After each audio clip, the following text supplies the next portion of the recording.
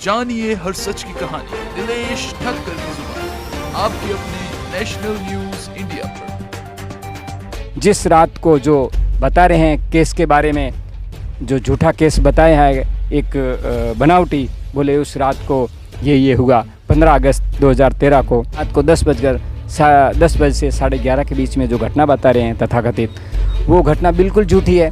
क्योंकि उस समय मैं पूज्य बापूजी के सामने था। 100 से ऊपर लगभग साधक थे, बापूजी सामने बैठे हैं। हम 8:45 वहाँ गए और 9 बजे से 12 बजे तक बापूजी हमारे सामने सत्संग कर रहे थे। और उसी समय का वो आरोप लगाते हैं और बापूजी को झूठा आरोप लगाकर और बापूजी को जेल में डालते हैं। जेल में डालने के बाद में भी वो आजीवन कारावास देते हैं। कितना बड़ा अन्याय हो रहा है, कितना बड़ा षड्यंत्र, कितनी बड़ी कंपनियों का, कितने बड़े नेताओं का हाथ होगा जो बापूजी को फंसाने का काम। बापूजी अंदर जाने के बाद में हिंदुस्तान को कितना नुकसान हुआ है, कितना हिंदू धर्म को नुकसान हुआ, कितना भारतीय संस्कृति को नुकसान हुआ है। क्योंकि जो धर्मांतरण हो रहा है वो धर्मांतरण बढ़ने लगा।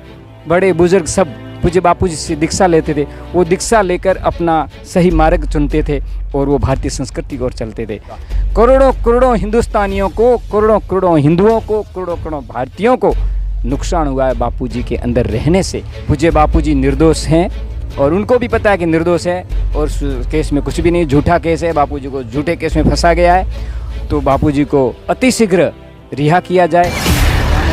इसलिए मेरा निवेदन है सभी से, जो हिंदू धर्म के संगठन है, भारतीय संस्कृति के संगठन है, भारत के संगठन है, न्यायालय हो, नेता हो, जो भी, सबसे मेरा निवेदन है कि पूज्य बापूजी निर्दोष हैं और उनको भी पता है कि निर्दोष है और केस में कुछ भी नहीं, झूठा केस है। बापूजी को झूठे केस में फंसा गया है, तो बापूजी को अतिशीघ्र रिहा किया जाए।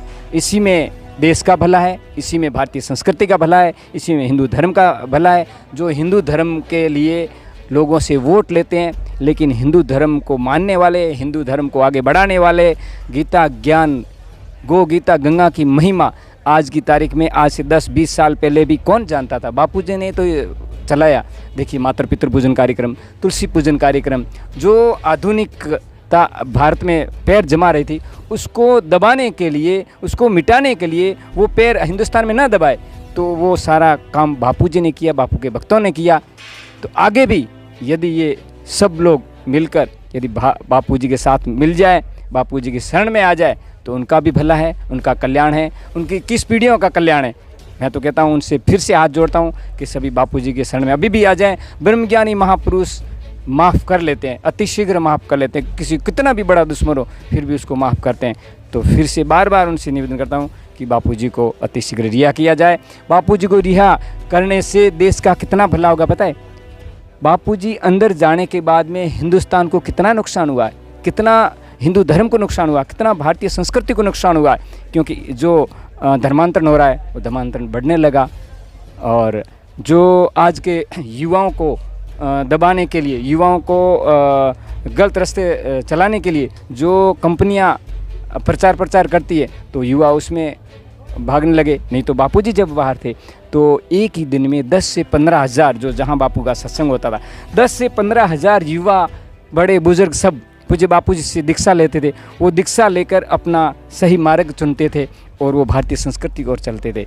और ये जो अंधाधुन है इस कलयुग का, उससे दूर रहते थे। लेकिन बापूजी अंदर रहने से कितने लोगों को नुकसान हुआ।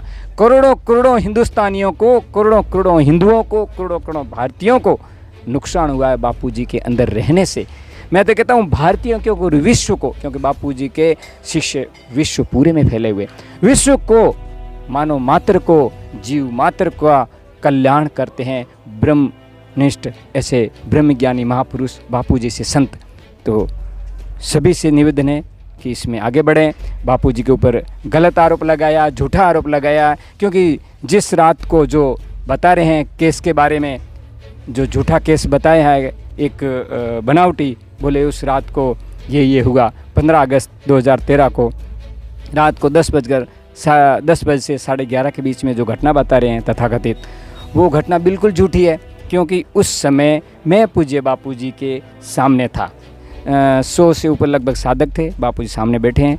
हम 8:45 वहाँ गए और 9 बजे से 12 बजे तक बापूजी हमारे सामने सत्संग कर रहे थे और उसी समय का वो आरोप लगाते हैं और बापूजी को झूठा आरोप लगाकर और बापूजी को जेल में डालते हैं। जेल में डालने के बाद में भी वो आजीवन कारावास देते हैं।